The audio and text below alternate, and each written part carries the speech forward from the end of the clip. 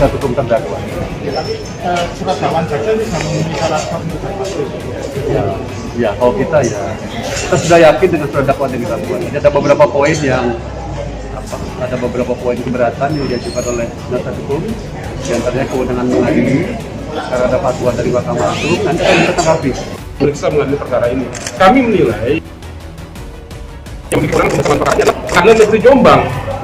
Nah, cuma kami menghitung 37 hari sebelum tahap 2 di tanggal 7, 37 hari kalau kita hitung mundur, itu ada dakwaan itu disebut sebagai sebuah fatwa Mahkamah Agung nomor 170/KMA/SK/2022 tanggal 31 Mei.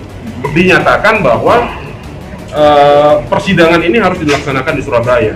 Sesuai dengan ketentuan dalam KUHP di pasal 85 yang mengajukan permohonan itu hanya 2 yang memiliki legal standing. 1, Ketua Pengadilan Negeri, yang kedua Kepala Kejaksaan Negeri. Nah, di luar itu tidak boleh itu. Nah, kami sampai menerima berkas perkara ini tidak melihat itu bentuk fatwa itu. Sehingga kami menilai urgensi dipindah ke Surabaya ini belum ketemu.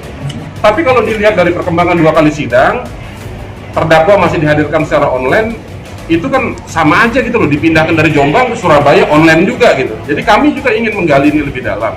Jadi ya itulah salah satu yang kami ajukan keberatan. Kemudian yang kedua adalah di mana dakwaan itu tidak cermat, tidak jelas, kemudian tidak teliti. Padahal dakwaan itu harus cermat, jelas, dan menguraikan peristiwa itu secara detail. Sehingga hakim tidak kebingungan membaca, kami juga tidak kebingungan dalam menilai dakwaan yang menjadi induk untuk adanya tuntutan nanti ketika memang pasca putusan selah. Kemudian terdakwa juga memahami apa yang dimaksud dengan dakwaan itu yang 2 poin penting yang kita Harapannya nanti putusan selah gimana? Hakim mengabulkan terus terdakwa bebas atau gimana? ya kalau harapan ya pasti kita berharap bahwa memang apa yang kita ajukan dalam eksepsi itu dikabulkan. Tapi andai pun tidak dikabulkan, maka ada permohonan tertulis yang kita ajukan pada hari ini yang minggu lalu sudah kita ajukan secara lisan, yaitu persidangannya secara offline. Itu penting. Karena kalau sudah dipindah ke Surabaya ternyata masih online juga, ini kan bagaimana jadinya? Mending di Jombang aja gitu loh. Ya. Kalau misal nanti putusan selah dikabulkan, gimana Pak? Terdakwa bebas hukum atau gimana Pak? Kita belum bisa jawab karena masih kita melihat. Alasan kembali sejauh ini yang terkonfirmasi karena alasan apa? Kalau dari jaksa penuntut umum ngomongnya minggu lalu, alasannya satu, ada alasan COVID gitu. Karena kalau kita ngelihat dengan alasan karena COVID tadi, coba kita ngelihatnya jangan hanya di Jawa Timur, kita bandingkan dengan daerah lain. Apakah sidang perkara pidana maupun perkara pidana khusus terjadi secara offline? Untuk menggali ini lebih detail harus offline. Apalagi sidangnya tertutup, jadi tidak perlu ada kekhawatiran kalau bus begini datang ke sini ada gonjangannya, tidak perlu. Kalau memang ada kekhawatiran kayak begitu, mending di Jombang dan online dari Jombang, nggak apa-apa. Ini udah sampai Surabaya, masih online juga kan, jadi tanda tanya besar gitu.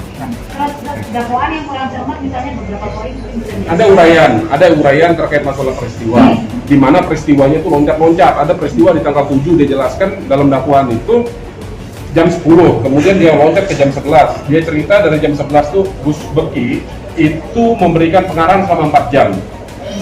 Tapi uraian peristiwa 4 jam itu hilang gitu.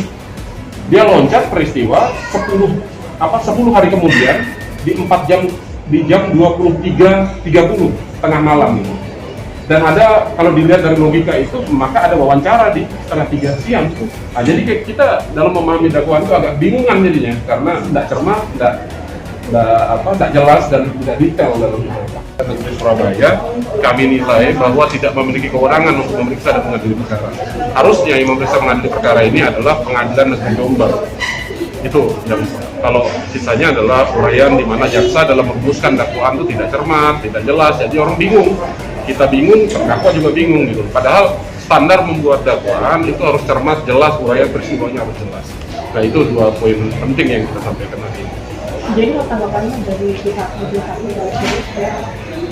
Agenda dilanjutkan besok di tanggal 1 untuk melihat respon dari penuntut umum terkait eksepsi kita.